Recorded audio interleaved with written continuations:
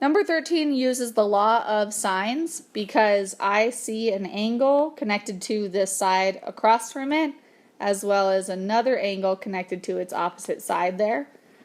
When I see those two pairs of sets, I know that that's going to be my law of sines. The law of sines says that the sine of an angle divided by the opposite side length is equal to the sine of another angle on a triangle divided by its opposite side length.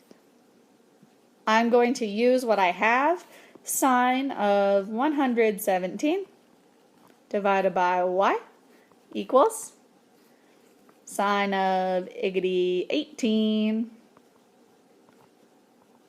divided by 21. Okie dokie. I can now cross multiply. If I cross multiply, I would be multiplying these two and then the other two. I can also do my fish. I can cross multiply this way, divide by that one, and set it equal to y. That's what I'm going to do because, I don't know, that's what I've been doing since whenever, 2003. Okay, so y is going to equal cross multiply, so it's the sine of 117 times 21 over sine of 18. Which means that's dividing. When I do all that in my calculator, I get 60.55-ish. And it says that we're supposed to round to the, for the side lengths, we're supposed to round to the nearest tenth. So that's why I stopped at the 0.6.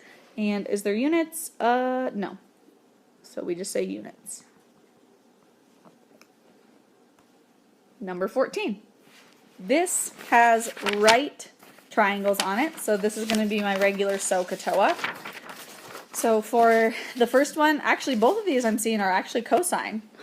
So on 21, I take a look at my angle, and I take a look at where my two side lengths are in relation to that. I'm seeing that 125 is actually adjacent to my angle. So that's my adjacent side. And then W is the hypotenuse. When I set this up, cosine, because it's SOHCAHTOA, so I'm seeing adjacent hypotenuse, that's going to give me cosine. The cosine of an angle is a ratio, 125 divided by x. My x is on the bottom. That means I'm going to have to multiply x to the side with the cosine.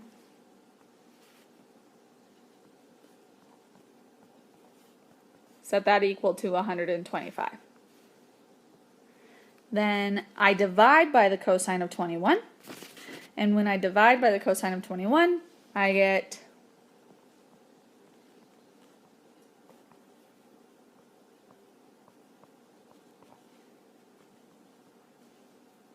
$133.89. And I'm going to do a quick check in my head here. Okay, this hypotenuse needs to be longer than this side. Did we get that correct? Yeah, because look, 133 is actually bigger than 125. Yay, I didn't mess it up. I'm going back over to this one. I see adjacent and hypotenuse, so I'm going to say the cosine of angle Z is equal to 33.4 divided by 42.8. When I divide those numbers and solve for the inverse cosine, because if I want Z by itself, I got to undo the cosine. When I get that, I get that Z is equal to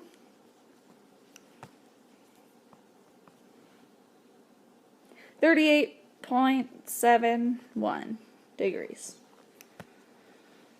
Number 15 has a hexagonal base. So if I think about my hexagonal base like this, I need to focus in on just this one triangle piece down here.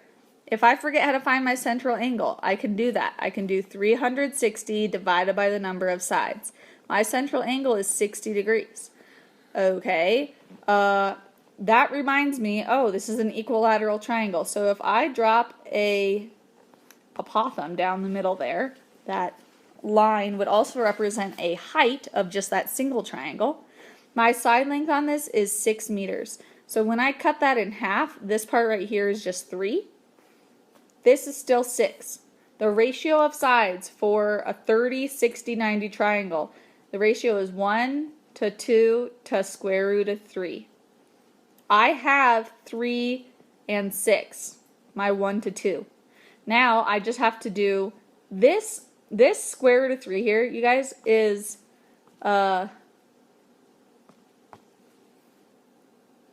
1 times the square root of 3. So whatever that number there that was over in the beginning spot, in the 1 spot, goes in front of square root of 3. So 3 square root of 3. That's my height, or my apothem here. 3 square root of 3. So to find the area of just that triangle, I'm just going to keep switching these colors so that we can keep our stuff straight. So the area of just that is equal to 1/2 the base of the triangle, which the full base was 6. This whole thing was 6. The base times the height, 3 square root of 3. So that is the area of just one of those slices. The area of the entire base is 6 of those. So this is 9 square root of 3. The thing is, the area of the base is going to be 6 times 9 square root of 3, which is 50.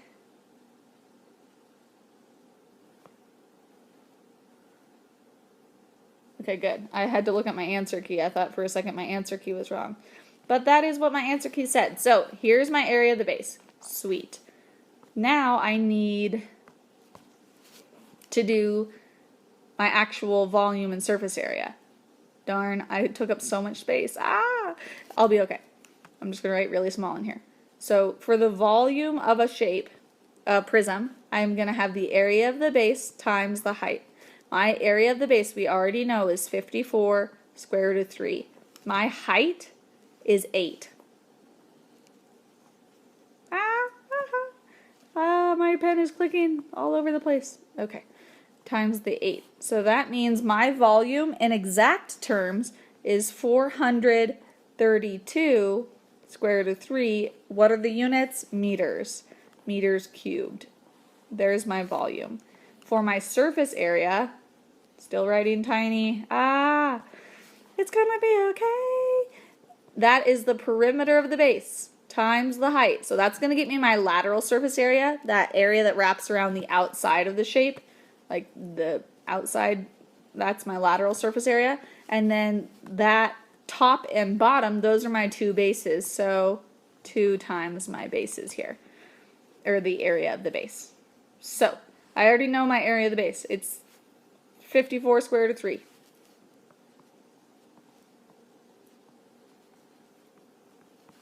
I know my height. It's 8. The perimeter of my base, that's going to be that length that goes all the way around the outside of the base. That's the perimeter. Each of those sides are 6, so that means the full perimeter there is 36.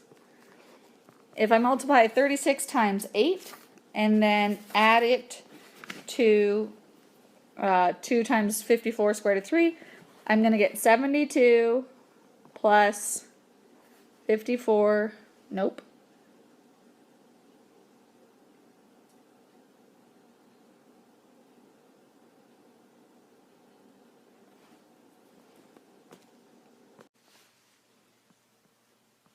Plus 108 square root of 3.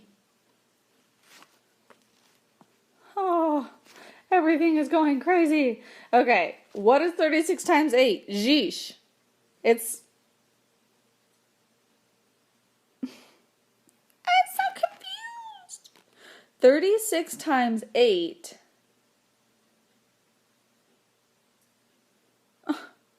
I was doing so well.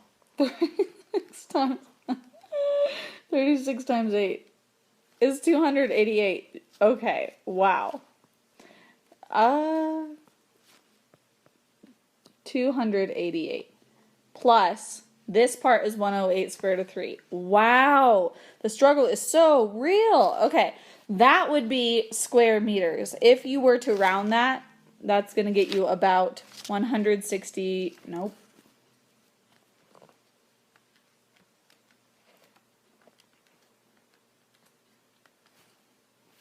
400. Of course it's not 100. Woo! 475.06 square meters. All right, beautiful, beautiful, beautiful.